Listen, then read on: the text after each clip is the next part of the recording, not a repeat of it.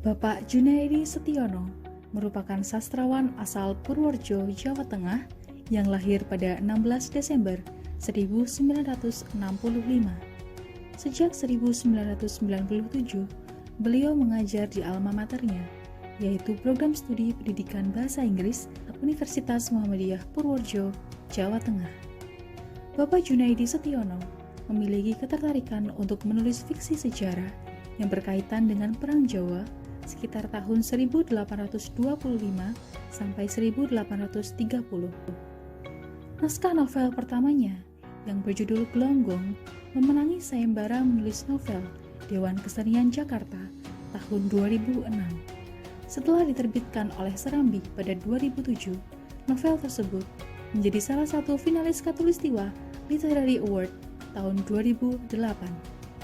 Novel keduanya yang berjudul Arung Dalu yang diterbitkan oleh Serambi pada 2010 masuk menjadi pilihan Khatulistiwa Literary Award tahun 2010. Pada 2012, naskah novel ketiganya yang berjudul Dasamuka kembali memenangi sayembara menulis novel Dewan Kesenian Jakarta dan kemudian diterbitkan oleh penerbit Ombak pada 2017. Pada tahun yang sama, novel tersebut diterjemahkan ke dalam bahasa Inggris dan diterbitkan oleh Dalang Publishing. Karyanya kini telah dikenal oleh masyarakat luas dan seringkali berita-berita tentang prestasi beliau diumumkan di media sosial dan juga televisi. Dengan menulis, ia berharap bisa membagi keyakinannya bahwa manusia sudah semestinya bebas dari sekat-sekat suku, agama, bangsa, ataupun golongan lain. Ia percaya bahwa sastra mampu untuk mempersatukan umat manusia di seluruh dunia. Selamat siang semuanya, perkenalkan di sini saya Tiksma Dias Pramukti bersama teman saya. Nama saya Reninda Aulia. Di sini kami akan mewawancarai seorang sastrawan asal Purworejo, Jawa Tengah. Beliau adalah Bapak Junaidi Setiono. Ya, bagaimana kabarnya Bapak? Baik, alhamdulillah. Terima kasih ya sudah mengunjungi Pak Jun ini. Iya. Ya, bisa apa yang bisa saya bantu ini ya? Kali ini saya ingin menanyakan mulai kapan Bapak menekuni membuat novel? Ya, kalau dikatakan menekuni, ya setelah Pak Jun ini lulus SMA ya. Jadi kalau sebelum lulus SMA, Pak Jun lebih banyak membaca. Ya, jadi membaca apa saja ya. Cuma kebetulan suka yang fiksi gitu ya. Lalu setelah lulus SMA, Pak Jun nggak bisa langsung kuliah tapi bekerja. Nah, sambil bekerja itu Pak Jun ya menulis ya. Jadi tahun 2007 itu novel pertama saya yang judulnya Gelonggong itu terbit. Kalau itu dianggap menekuni ya tahun 2007 itu barangkali mulai menekuni ya. Sebelumnya ya penggemar aja ya, peminat gitu lah ya. Itu Yang saya tahu Bapak ini kan seorang dosen bahasa Inggris. Lalu apa yang melatar belakangi Bapak untuk terjun dalam dunia sastra ini? Mungkin ada hal-hal tertentu yang membuat Bapak menjadi memiliki minat untuk berada di dunia ini. ya, sebelum Pak Jun ini masuk jurusan pendidikan bahasa Inggris, lulus SMA itu ya, itu sudah senang bersastra. Lalu waktu itu kan ya Pak Jun ingin bisa mandiri gitu ya. Pak Jun diberitahu banyak orang juga dari membaca bahwa penulis di Indonesia ini kan ya banyak yang hidupnya kurang baik secara ekonomi ya. Artinya menjadi penulis tidak bisa terlalu andalkan. Dengan demikian Pak Jun barangkali kalau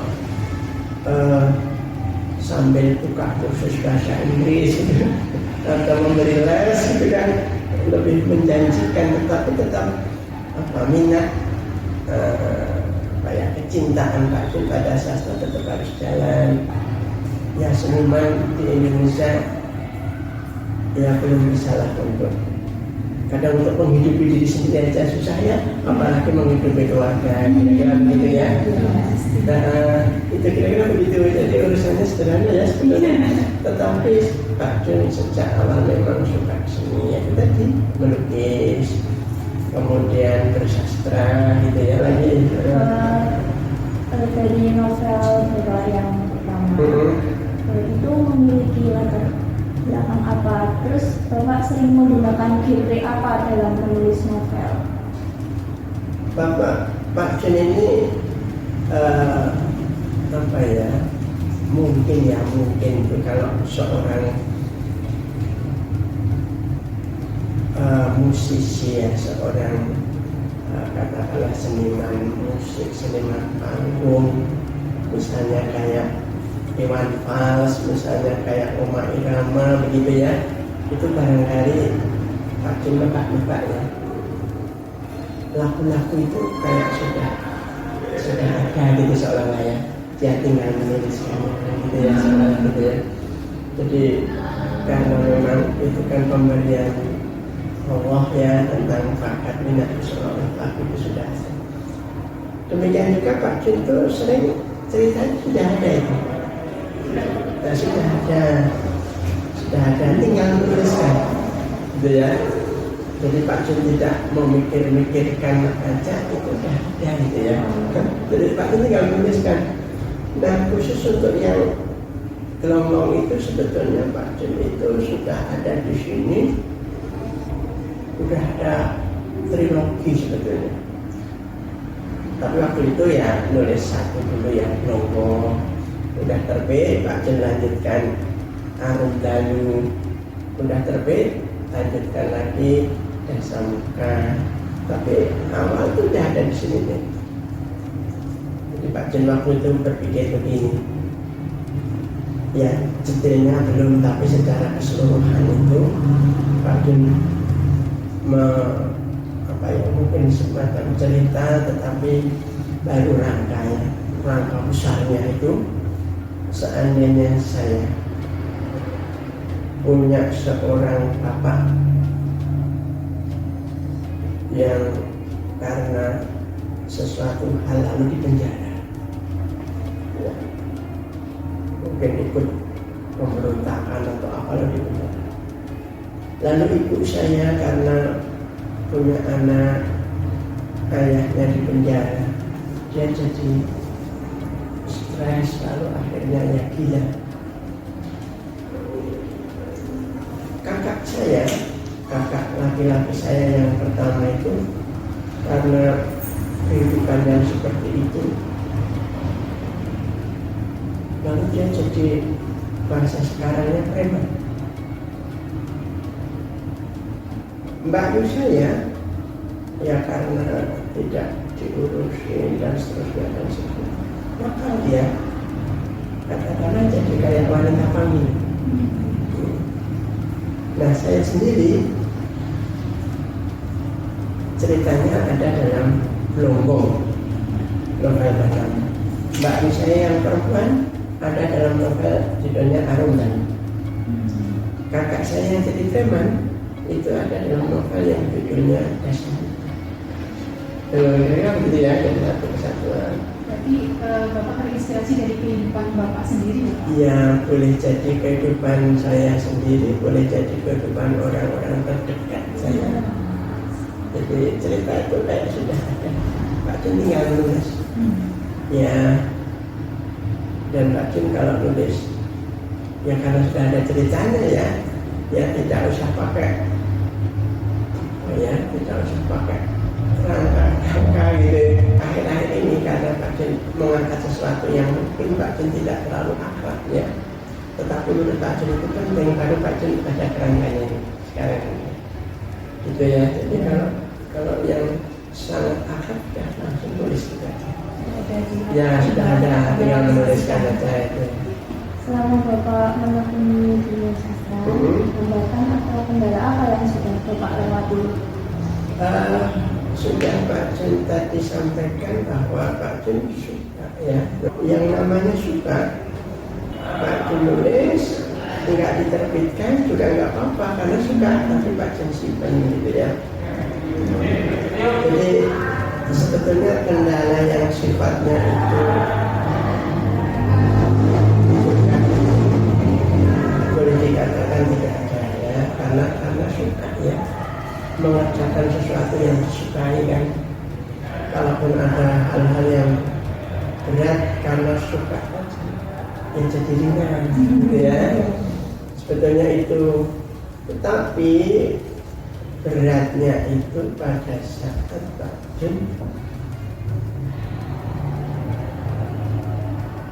menetapkan standar yang lebih tinggi daripada yang Pak Jun sukai. Jadi Pak Jun kalau nulis novel, Pak Jun ya nulis begitu aja. Data-data dan lain-lain itu Pak Jun berdasarkan ingatannya. Tetapi pada saat Pak Jun sudah berhubungan dengan penerbit-penerbit besar, apalagi penerbit-penerbit dari luar negeri, Pak Jun mau nggak mau harus melakukan penelitian.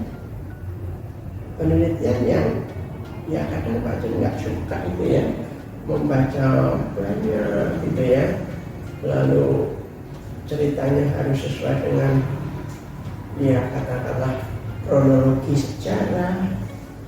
Berat itu, karena Pak Jun sebetulnya ya suka cerita aja, tidak serius-serius banget seperti itu ya.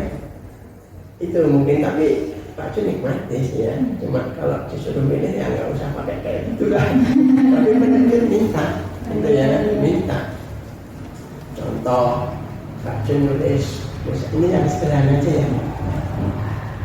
Pak Jun nulis itu bahwa tokohnya berdecak kagum melihat sesuatu.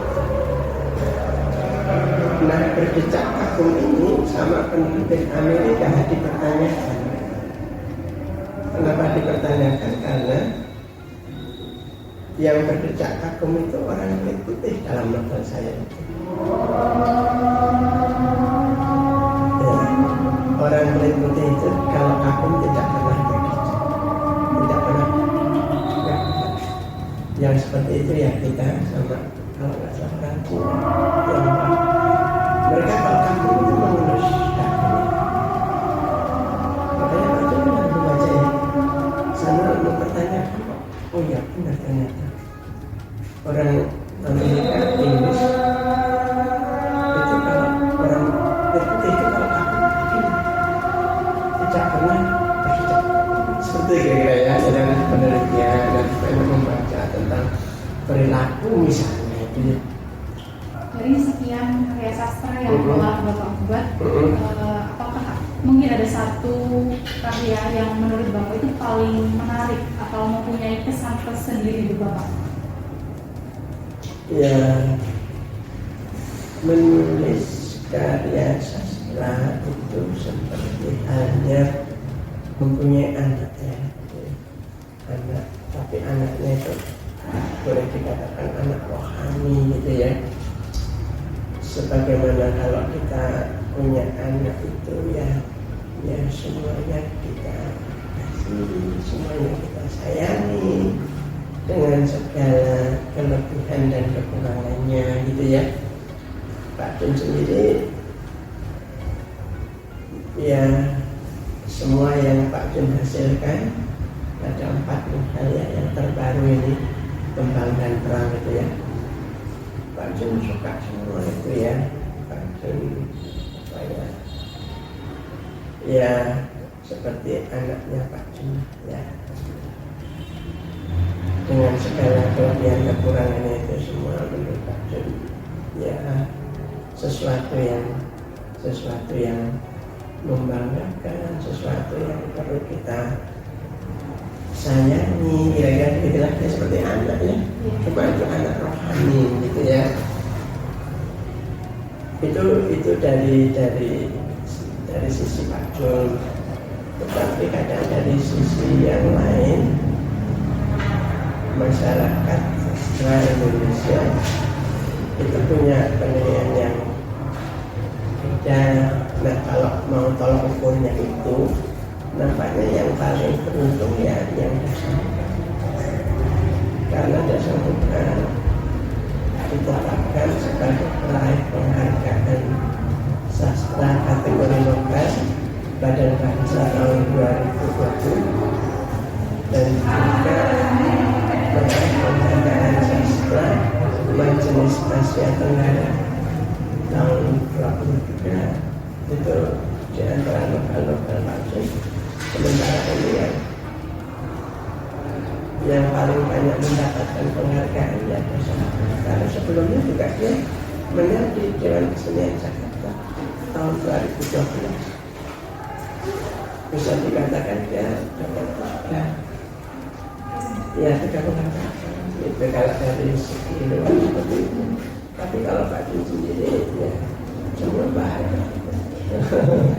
Itu ya makanya yang paling banyak dibicarakan ya Dasamuka. Mungkin ada selain penghargaan yang tadi sudah Bapak sebutkan, ada penghargaan lain di karya novel yang lain mungkin. Kalau Blonggong itu mendapatkan penghargaan dari Dewan Kesenian Jakarta, masuk 5 besar ketika itu ya tahun 2006.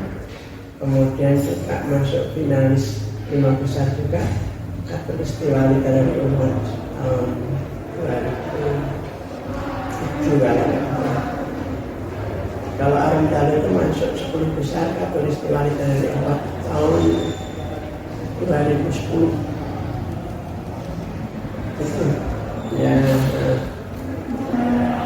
Setelah Bapak menuangkan berbagai karya sastra, dampak atau perubahan apa yang Pak Jun peroleh, kayak misal lebih dikenal sama masyarakat, atau hanya untuk kepuasan diri sendiri, atau bagaimana yang lainnya?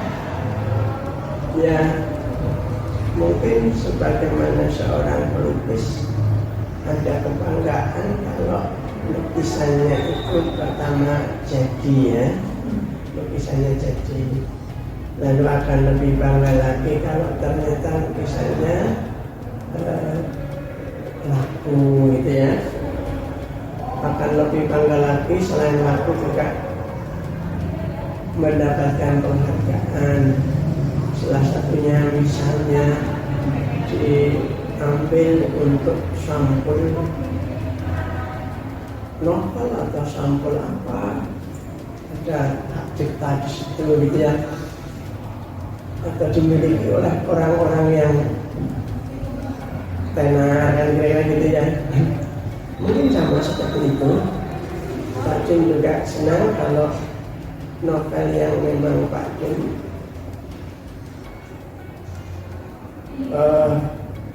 kerjakan mungkin sampai berbulan-bulan karena tidak bisa terus-menerus menulis ya.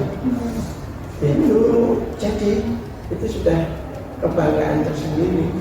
Senang, lebih bangga lagi setelah diikutkan sama oleh di sayembara misalnya, dianggap baik, dimenangkan misalnya.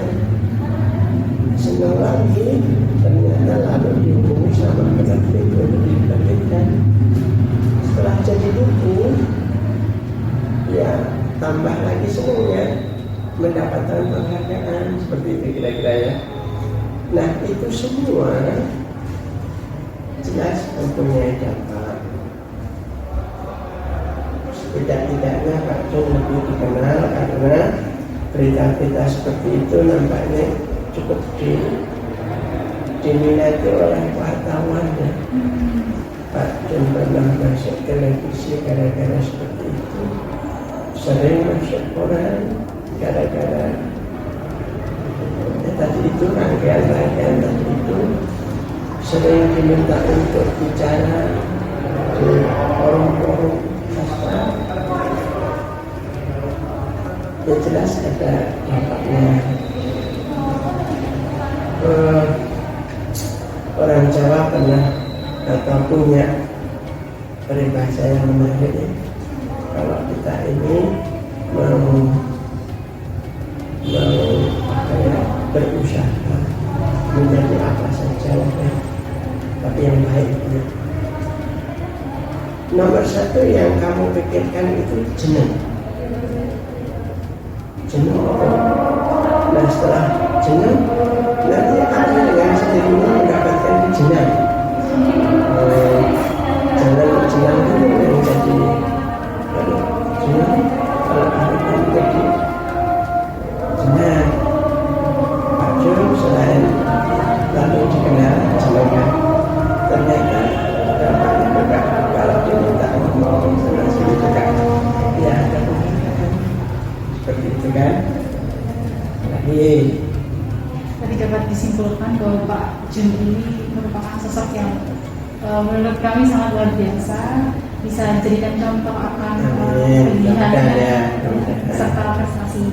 Ya. Terakhir, mungkin apa harapan Bapak untuk dunia sastra Indonesia itu sendiri ke depannya? Misalkan ini pesan untuk para generasi muda yang nantinya pasti akan jadi penerus dari sastra itu sendiri. Ya, menurut Pak Jun, generasi muda mungkin Mbak ini juga masuk di situ, masuk ke dalam generasi Z ya. Generasi Z itu yang lain tahun 97 sampai 2011 kalau nggak salah kan masuk. Ini sebaiknya punya kekasih tersendiri. Selain Pak Jun ingin generasi Z itu juga mau bersusah payah menulis, ada sebetulnya yang membedakan dengan generasinya Pak Jun apa itu tentang multimedia. Jadi barangkali kalau memang bakatnya dikatakanlah film, bisa film itu berangkat dari karya sastra. Sepertinya sih film yang diangkat berdasarkan karya sastra sepertinya menurut Pak Jun lebih mendalam ya, tidak hanya ya gitu ya, lebih mendalam. Nah, mungkin generasi sekarang ini kalau seandainya tidak menulis, energinya yang memang ke seni itu bisa